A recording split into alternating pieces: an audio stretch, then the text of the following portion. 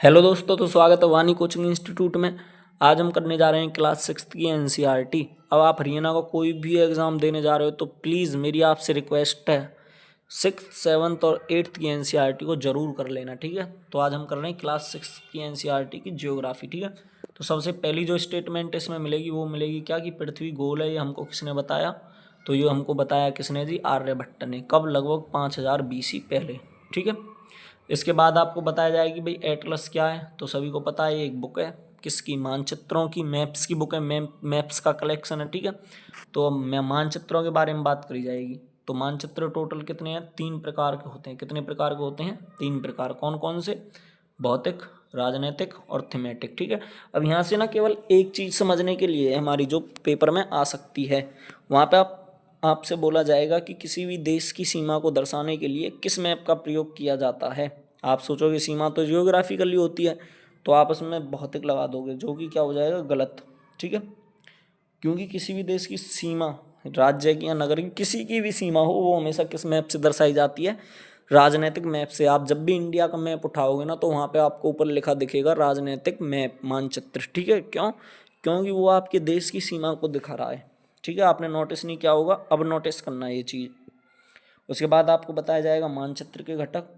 तो मानचित्र के घटक भी 3 होते हैं। कौन कौन से? मानचित्र के घटक 3: दूरी, दिशा और प्रतीक चिन्ह, ठीक है।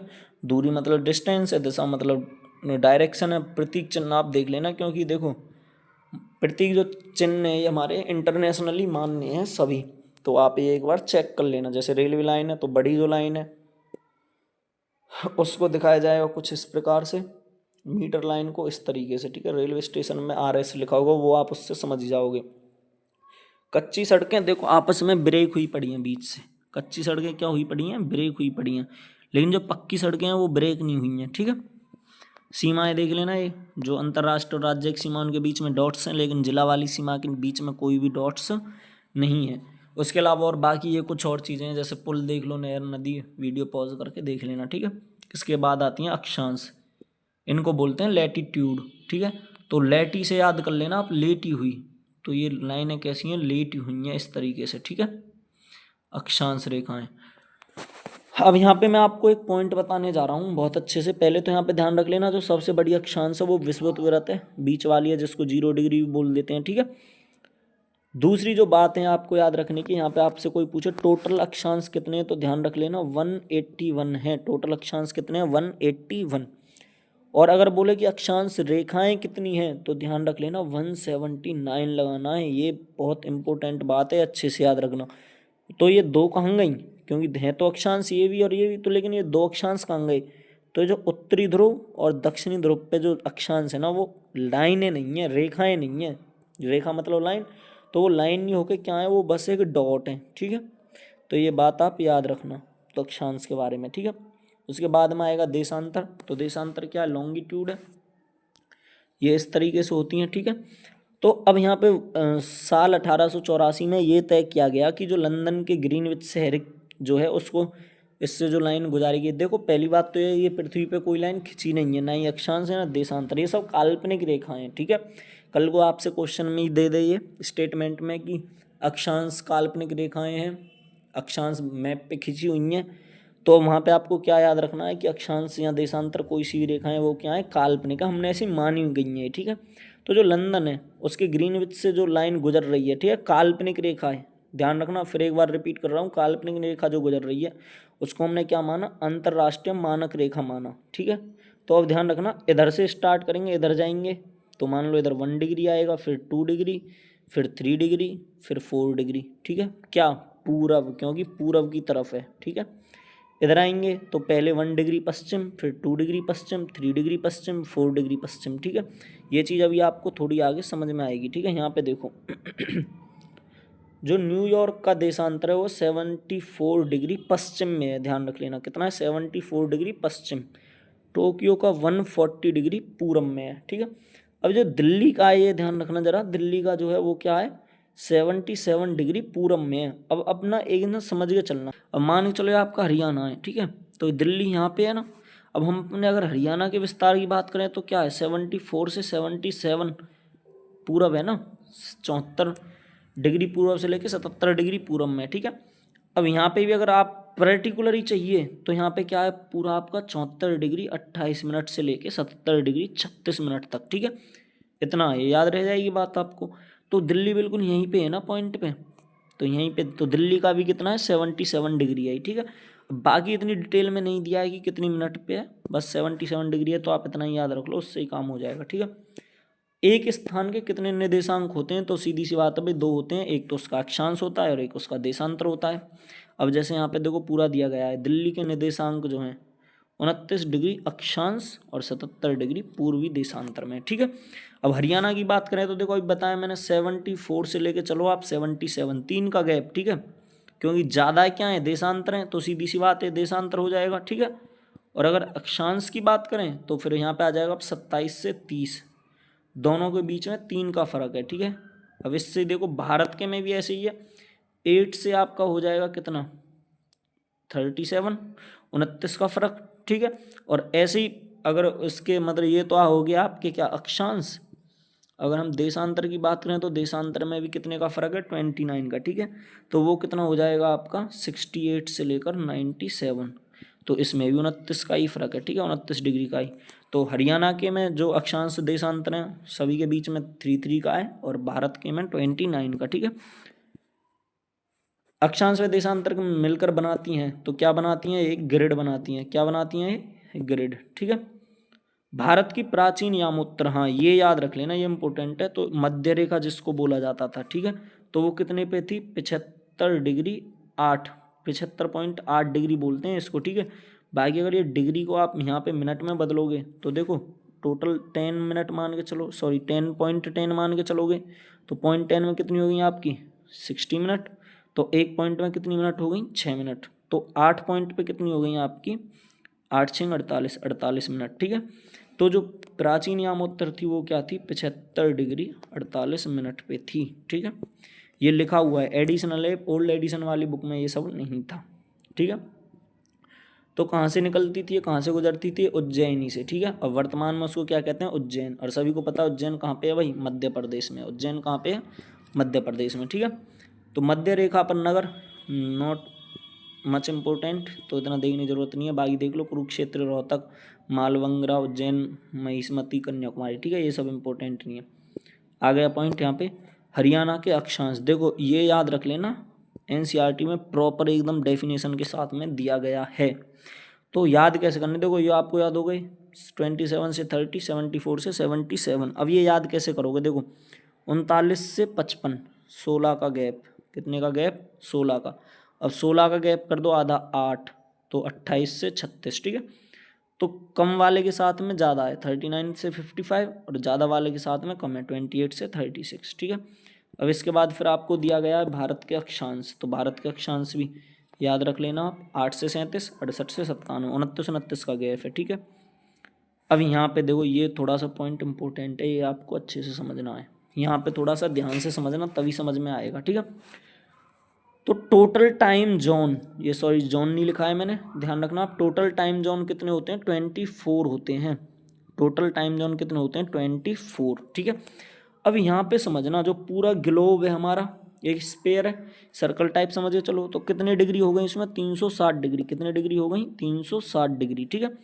अब आपसे पूछा जाएगा कि भाई 1 घंटे में कितना एंगल बना, तो सीधी सी बात है भाई 360 डिग्री है, टोटल कितने टाइम जोन हो गए 24, 24 से डिवाइड करोगे तो कितना आ जाएगा 15 डिग्री, तो 1 घंटे में कितना डिग्री बन जाएगा 15 डिग्री। अब आप सभी को पता है कि भाई 1 घंटे में कितनी मिनट होती हैं, तो 60 मिनट बराबर 15 डिग्री, 60 मिनट बराबर 15 डिग्री। तो अब जब आप इसको इधर लेकर आओगे बटे में आएगा ना ऐसे बिल्कुल छोटे बच्चों की तरह, तो 4 पे कट जाएगा, ठीक है। तो 1 डिग्री में कितनी मिनट हो गई 4 मिनट, यही चीज़ यहाँ पे बताई गई है, ठीक है। अब ये वो चीज़ मैंने आपको बताई दी है कि भाई आप जितना पूरब की तरफ जाओगे इतना टाइम आगे रहेगा ग्रीनविच से, ठीक है, ध्यान रख लेना, ग्रीनविच जो है ना हमारी, ये ग्रीनविच रेखा है, ठीक है, प्रमुख यामोत्तर है, जो इधर पूरब की तरफ जाओगे तो टाइम प्लस में रहेगा, पश्चिम की तरफ आओगे तो माइनस में रहेगा, ठीक है। अब यहाँ से मैं तुम्हें एक डिटेल में बस एक छोटी सी चीज़ बता देता हूँ। अब देखना, जो प्रमुख यामोत्तर है 0 डिग्री पे है, ठीक है, और जो हमारे भारत का मानक समय है वो कितने पे, 82.5 डिग्री पे, 82.5 डिग्री पे। हालांकि यहाँ पे डिटेल में लिखा हुआ है सब कुछ, ठीक है। अब क्योंकि एक डिग्री में कितनी मिनट होती हैं, 4 मिनट, तो 82.5 डिग्री में कितनी मिनट हो गई टोटल, 330 मिनट, ठीक है। अब 330 मिनट में कितने घंटे बन गए आपके, 5 घंटे और 30 मिनट, मतलब कि 5.5 घंटे। अब क्योंकि ध्यान से समझना, हम जो है प्रमुख यामोत्तर के पूरब में है, तो टाइम प्लस में होगा या माइनस में होगा, तो पूरब की तरफ टाइम होगा प्लस में, सूरज पहले निकलेगा पूरब की तरफ में, ठीक है। और जो पश्चिम है उधर की तरफ टाइम होगा नेगेटिव, माइनस में। तो क्योंकि हम पूरब में, देखो हमारा जो देशांतरीय विस्तार है वो पूरब से पूरब है, ठीक है। कैसे, 68 से लेके 97, पूरे इंडिया की बात कर रहा हूँ मैं, डिग्री पूरब, ठीक है। क्लियर है बात। तो हम क्योंकि आगे की तरफ है तो हमारा टाइम भी प्लस में रहेगा। तो यहाँ पे यही चीज़ आपको बताई गई है कि जो भारत का मानक समय है वो ग्रीनविच से कितना आगे है, 5.5 घंटे आगे है। बहुत इंपॉर्टेंट क्वेश्चन है, फिर बता रहा हूँ मैं, वेरी वेरी इंपॉर्टेंट क्वेश्चन है। भारत का जो मानक समय है वो ग्रीनविच से कितना आगे, 5.5 घंटे आगे है, ठीक है। अब यहाँ पे कुछ देशों के आपको मानक समय बताए गए हैं, अब ये आपको याद रखने हैं, ठीक है, क्योंकि एनसीईआरटी में दिए गए हैं तो पूछा जा सकता है। एक सेकंड, एनसीईआरटी में दिए गए हैं तो पूछा जा सकता है, ठीक है। रूस के कितने टाइम है, 11 टाइम जोन है, यूएसए के 6, फ्रांस के देखो ये 12 और 13, ये एनसीईआरटी में नहीं है। ये मैंने क्यों ऐड किया है, क्योंकि सबसे ज़्यादा फ्रांस के ही है, ठीक है। ये 13 तब हो जाते हैं जब फ्रांस अपना दावा करता है अंटार्कटिका पर, ठीक है। अगर फ्रांस का अंटार्कटिका से अलग कर दिया जाए तो फिर उसके टाइम जोन 12 हैं, ठीक है। इसके अलावा चीन, देखो इतना बड़ा देश है चाइना, तो ये ध्यान रख लेना, उसका केवल एक ही टाइम जोन है हमारी तरह। तो ग्रीनविच की जो विपरीत रेखा है वो 180 डिग्री देशांतर पर है, और उसे क्या कहा जाता है, अंतर्राष्ट्रीय तिथि रेखा कहा जाता है, ठीक है। यहाँ पे थोड़े बहुत अक्षांश दे रखे हैं, देख लेना ये भी। दक्षिणी ध्रुव का जो अक्षांश है वो 90 डिग्री दक्षिण है, ये दक्षिण पूर्वी नहीं है, सॉरी दोस्तों, उत्तरी है, ठीक है। तो उत्तरी ध्रुव का अक्षांश, किसका अक्षांश, उत्तरी ध्रुव का अक्षांश, ठीक है। तो वो कितने पर है, 90 डिग्री उत्तर में है, ठीक है। कर्क रेखा 23.5 डिग्री उत्तर, मकर रेखा नीचे की तरफ है तो 23.5 डिग्री दक्षिण में, ठीक है। हाँ, मैं आपको भारत की स्थिति बताना भूल गया, वो याद रखना, ठीक है। जैसे मान लो ये पूरा ग्लोब है, इधर समझना अच्छे से, ये पूरा ग्लोब है, ठीक है। ये तो अक्षांश रेखाएं बांटेंगी इसको, ये देशांतर रेखाएं बांटेंगी, ठीक है। तो भारत की स्थिति इधर है, भारत की स्थिति कहाँ पे है, यहाँ पे है। तो अगर आपसे कोई पूछ ले कि भारत की स्थिति क्या है, तो आप इजीली बता दोगे, पूर्वी, देखो एक तो पूरब में है ये, ठीक है, पूरब और पश्चिम के हिसाब से ये बांटेगी, आपकी देशांतर बांटेगी पूरब या पश्चिम में, तो पूरब में है। और उत्तर या दक्षिण में किस में बांटेगी, कौन बांटेगी, तो ये आपकी अक्षांशीय रेखा बांटेगी, विषुवत जिसको बोलते हैं, ठीक है। तो ये कहाँ पे है, उत्तर में है। तो हमारे जो भारत का, अगर आपसे पूछ ले कि भारत भाई ग्लोब के हिसाब से भारत की लोकेशन क्या है, तो क्या बता दोगे आप, उत्तर पूरब, क्या बता दोगे, उत्तर पूरब, ठीक है। क्योंकि हरियाणा के बारे में पढ़ रहे हैं तो हरियाणा की अगर पूछने लगे भारत के सापेक्ष में, तो भारत के सापेक्ष में हरियाणा की हो जाएगी क्या, उत्तरी पश्चिम, ध्यान रख लेना, उत्तर पश्चिम, ठीक है। इसको क्या बोलेंगे, उत्तर पश्चिम में, ठीक है। हरियाणा भारत के उत्तर पश्चिम में। और एशिया के हिसाब से भारत की पूछे तो सभी को पता है वो तो दक्षिणी है, ठीक है। चैप्टर नंबर 2, महासागर व महाद्वीप। देखो स्टेटमेंट इसमें मिलेगी ऊपर लिखी हुई, संसार का आरंभ महासागरों से हुआ है और निश्चित अंत भी किससे होगा, महासागरों से होगा। इस तरीके से पूरी स्टेटमेंट, और ये स्टेटमेंट किसने दिए, तो आप याद रखोगे, ये स्टेटमेंट दिए जूल्स वर्ने ने, ठीक है दोस्तों। और यहाँ से आगे देखोगे, पृथ्वी का 3/4 भाग जल से घिरा हुआ है। अब क्योंकि देखो 6th की एनसीईआरटी में ऐसे दिया है कि 3/4, बाकी आप सभी को पता है 71% वाटर है और 29% लैंड है, ठीक है। पृथ्वी को सर्वप्रथम नीला ग्रह कहा किसने, अंतरिक्ष यात्रियों ने कहा, ठीक है। एयरफोर्स का आदर्श वाक्य, से नो वरुण, हे वरुण हमारे लिए कल्याणकारी हो। अब यहाँ पे प्राणी जगत के बारे में कहा कि प्राणी जगत किसे कहते हैं, किसी विशेष क्षेत्र अथवा कालखंड, मतलब किसी विशेष एरिया में या किसी विशेष टाइम पीरियड पर पाए जाने वाले जीव जंतुओं को क्या कहा जाता है, प्राणी जगत कहा जाता है, ठीक है। महासागर सभी को पता है 5 है, लेकिन यहाँ पे साइज वाइज दिया है, ठीक है। तो साइज वाइज याद करना है आपको, सबसे बड़ा प्रशांत, उसके बाद अटलांटिक, उसके बाद हिंद, फिर दक्षिण और लास्ट में आर्कटिक। व्यापार की दृष्टि से सबसे जो व्यस्त तुम्हारा महासागर है वो अटलांटिक है, सबसे ज़्यादा व्यापार अटलांटिक पे होता है, ठीक है। सुनामी, ये होती है आपकी सुनामी, क्या होती है, समुद्र में भूकंप अथवा ज्वालामुखी फटने से जब लहरें उत्पन्न होती हैं, तो जब ज़्यादा बड़ी होंगी 15 मीटर से ऊंची होंगी तो वो किसका रूप ले लेती हैं, सुनामी का, ठीक है। तो आपदा प्रबंधन डिपार्टमेंट है जो भारत देश का, उसका क्या नाम है, राष्ट्रीय आपदा प्रबंधन प्राधिकरण, ये याद रख लेना, ठीक है। एशिया और यूरोप दोनों जो तुम्हारे महाद्वीप हैं उनको मिला के इकट्ठा क्या कहा जाता है, यूरेशिया, ठीक है। अब यहाँ पे महाद्वीपों की गिनती की गई है, मतलब क्यों डिटेल में दिया है, अगर मान के चलो कि हम 4 महाद्वीप माने तो वो कौन कौन से होंगे, तो ध्यान रख लेना सभी में अंटार्कटिका और ऑस्ट्रेलिया तो अलग है, ये तो याद ही रख लेना, ठीक है। Antarctica Australia, Antarctica Australia. अब बचे बचाए 2 कौन है, जब 4 मानेंगे तो 2 कौन है, एक तो अमेरिका अलग है, फिर यहाँ पे अफ्रीका और यूरेशिया, इसमें ये 1 माना है, लेकिन इसमें अब हम आज के हिसाब से देखें 7 महाद्वीपों के हिसाब से तो 3 महाद्वीप हैं, अफ्रीका, यूरोप और एशिया, ठीक है। 4 की गिनती के हिसाब से अफ्रीका, यूरेशिया 1, फिर अमेरिका, अंटार्कटिका, ऑस्ट्रेलिया, ठीक है। 5 के हिसाब से देखेंगे तो अफ्रीका अलग हो गया, अमेरिका, यूरेशिया, अंटार्कटिका, ऑस्ट्रेलिया। 6 के हिसाब से देखेंगे तो फिर अमेरिका 2 हिस्सों में बट गया, नॉर्थ अमेरिका और साउथ अमेरिका, ठीक है। और लास्ट में फिर सब कुछ अलग हो ही गया है, ये आपको पता ही है 7 कौन कौन से हैं, ठीक है। एरिया वाइज यहाँ पे महाद्वीप देखोगे एरिया वाइज सबसे बड़ा सभी को पता है एशिया, दूसरे नंबर पे अफ्रीका, लेकिन देश जो ज़्यादा है वो अफ्रीका में, ध्यान रखना, ठीक है। उसके बाद नॉर्थ अमेरिका ध्यान रखना बड़ा है, साउथ अमेरिका छोटा है, ठीक है, चौथे नंबर पे है। फिर अंटार्कटिका, यूरोप सबसे छोटा, ऑस्ट्रेलिया, ठीक है।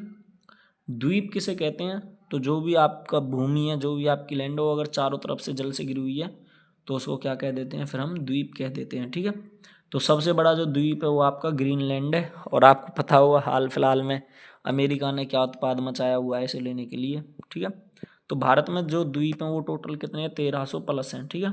तो बंगाली खाड़ी में कौन सा द्वीप है आपका, अंडमान एंड निकोबार, और अरब सागर में लक्षद्वीप, ठीक है, इधर ही मालदीव भी है, ये याद रख लेना, ये थोड़ा सा इंपॉर्टेंट है।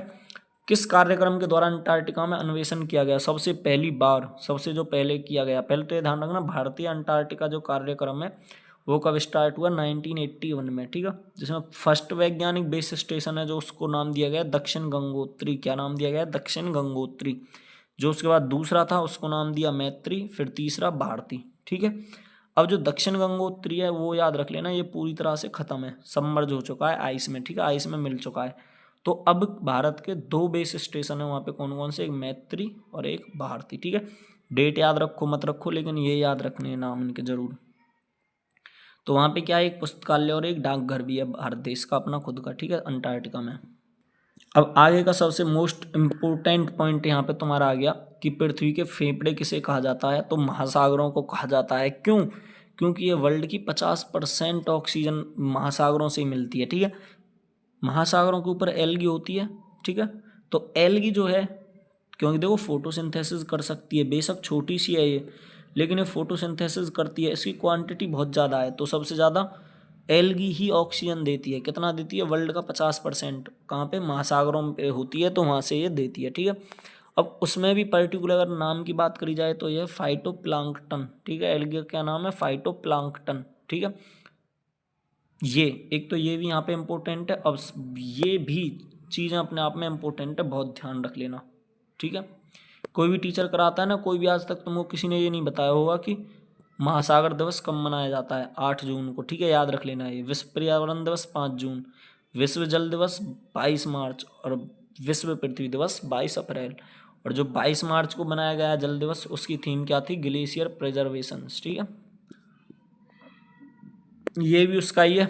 ओलंपिक रिंग्स सभी को पता है 5 तरीके की होती हैं, लेकिन कलर कौन कौन से होते हैं, तो ट्रिक से याद रख लेना, RGB, देखो हमारे प्राइमरी कलर हैं ये, RGB, उसके बाद BY, ठीक है, इधर लिखा हुआ है क्या क्या, red, green, blue, black, yellow, ठीक है।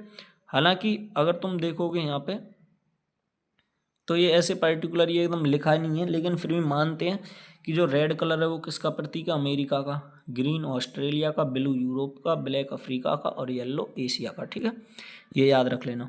इसके बाद अपना थर्ड चैप्टर आ गया, स्थल रूप एवं जीवन, ठीक है। तो यहाँ पे देखो फिर वही पहले सबसे पहले स्टेटमेंट मिलती है, पृथ्वी मेरी माता है, मैं उसकी संतान। तो ये चीज़ें कहाँ पे लिखी हुई है, ये तो ये लिखी हुई है आपकी अथर्ववेद भूमि सूक्त में, ठीक है। अब यहाँ पे पढ़ेंगे छोटा नागपुर है, उसका ज़्यादा हिस्सा किस में, झारखंड में, प्रयागराज उत्तर प्रदेश में, अल्मोड़ा उत्तराखंड में, ये कुछ जगह दी गई है, ठीक है। तो तुंगता एल्टीट्यूड ये क्या होता है, समुद्र तल से वस्तु की ऊंचाई, ठीक है। तो एल्टीट्यूड क्या होता है, समुद्र तल से वस्तु की ऊंचाई। अब यहाँ पे पृथ्वी के स्थल रूप कितने हैं, 3 है, ध्यान रख लेना, ठीक है। पृथ्वी के स्थल रूप कितने हैं, 3। कौन कौन से, एक सेकंड, पृथ्वी के स्थल रूप 3 कौन कौन से, पर्वत, पठार और ये मैदान, ठीक है। वर्षण, तो वर्षण किसे कहता है, किसी भी रूप में वायुमंडल से जल का गिरना, वर्षा, हिमपात व ओले, ठीक है। मतलब कि अगर वायुमंडल से जल किसी भी प्रकार में गिर रहा हो, चाहे वो वर्षा के रूप में हो या हिमपात हो या ओले हो, किसी भी तरीके से गिर रहा होता है उसको क्या कहेंगे, वर्षण, ठीक है। पर्वत श्रृंखला, ये याद रख लेना, थोड़ा सा इंपॉर्टेंट है ये। हिमालय पर्वत श्रृंखला तुम्हारी कहाँ पे, एशिया में, सभी को पता है, ठीक है। सबसे ऊंची चोटी इसकी माउंट एवरेस्ट है। ये पॉइंट याद रखने हैं, बहुत ज़्यादा जरूरी है, ठीक है। ये पॉइंट याद रखने हैं कि हिमालय पर्वत की सबसे ऊंची चोटी माउंट एवरेस्ट। उसके बाद आ जाओ आल्प्स, ठीक है, ये यूरोप में है, और इनकी जो सबसे ऊंची चोटी है माउंट ब्लांक, ठीक है, ब्लॉक होगा वैसे, माउंट ब्लॉक, ठीक है। एंडीज ये तुम्हारी दक्षिण अमेरिका में है, और इसकी जो सबसे ऊंची चोटी है वो माउंट अकोंकागुआ, ठीक है, याद रख लेना नाम, माउंट अकोंकागुआ, ठीक है।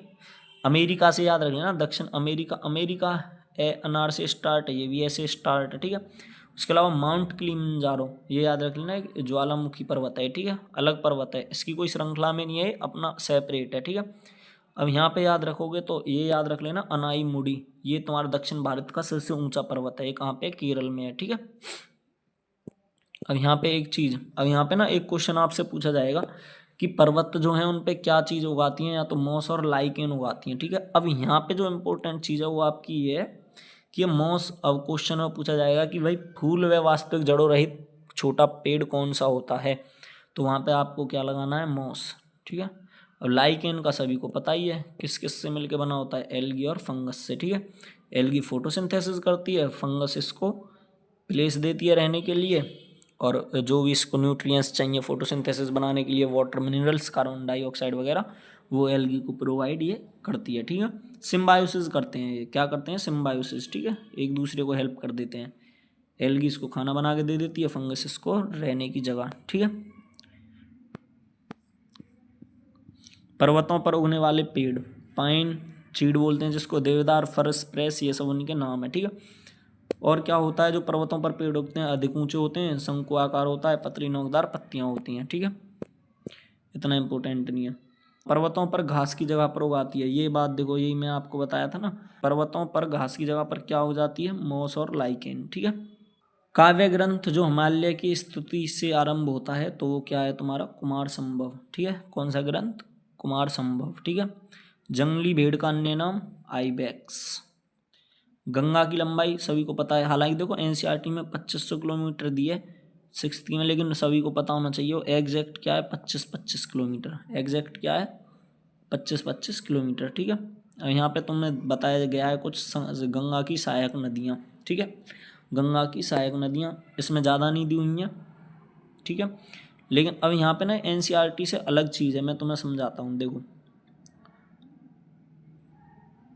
जो हमारी गंगा है वो किस तरीके से बनती है ये समझना, ठीक है।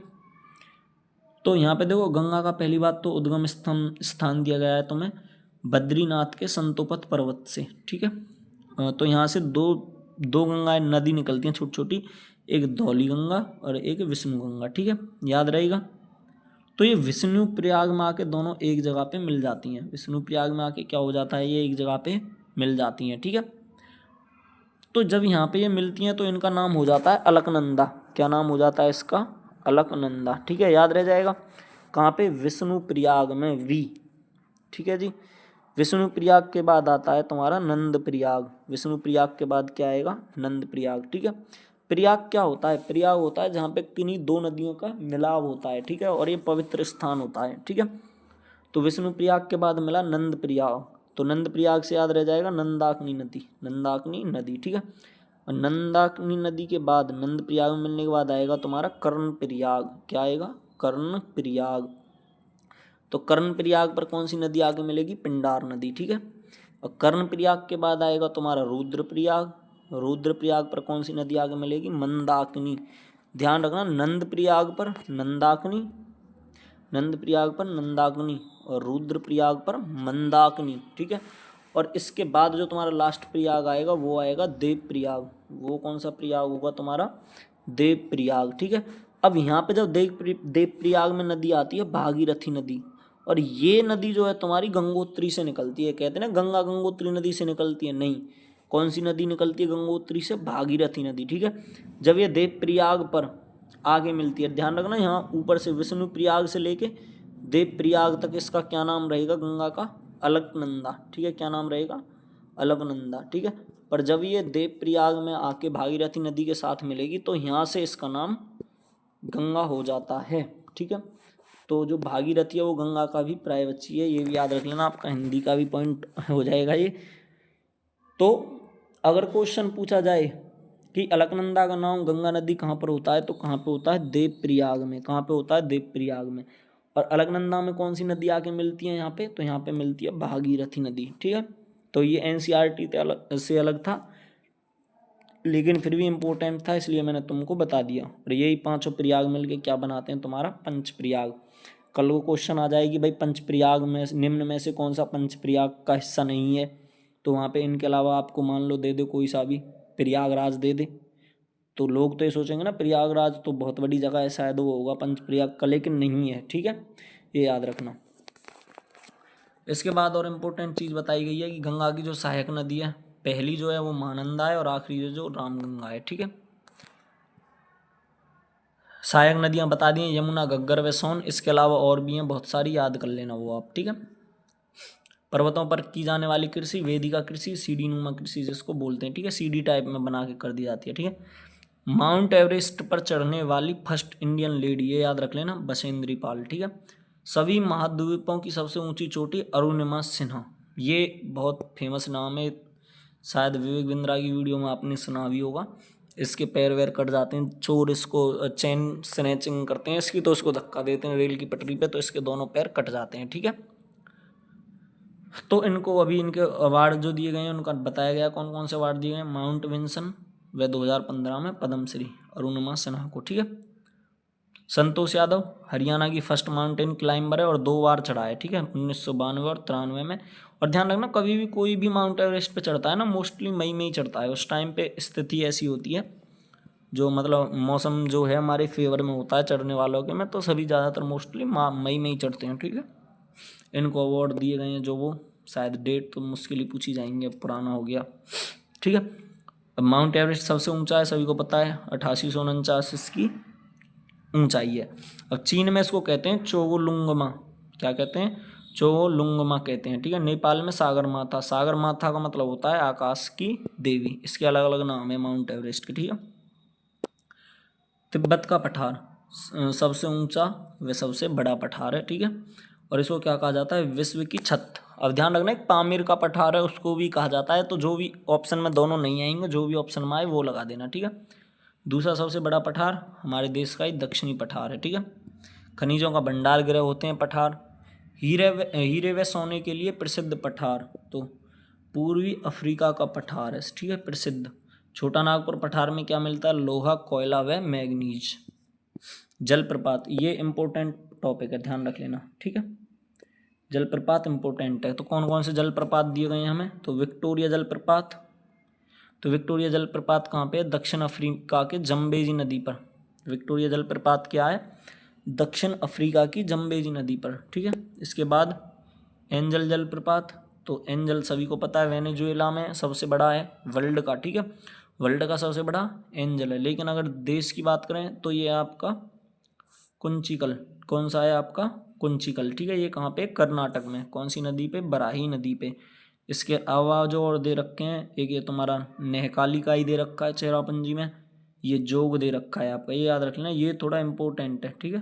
क्यों? जो सबसे बड़ा है ना ये एनसीईआरटी में नहीं है, ये मैंने खुद से ऐड किया है, लेकिन जो जोग जलप्रपात है वो एनसीईआरटी में दिया गया है। कौन सी नदी पे? सारावती नदी पे। इसको महात्मा गांधी जलप्रपात भी कहते हैं, ठीक है। हुंड्रू छोटा नागपुर पठार से स्वर्ण नदी में, ठीक है, स्वर्ण नदी पर है।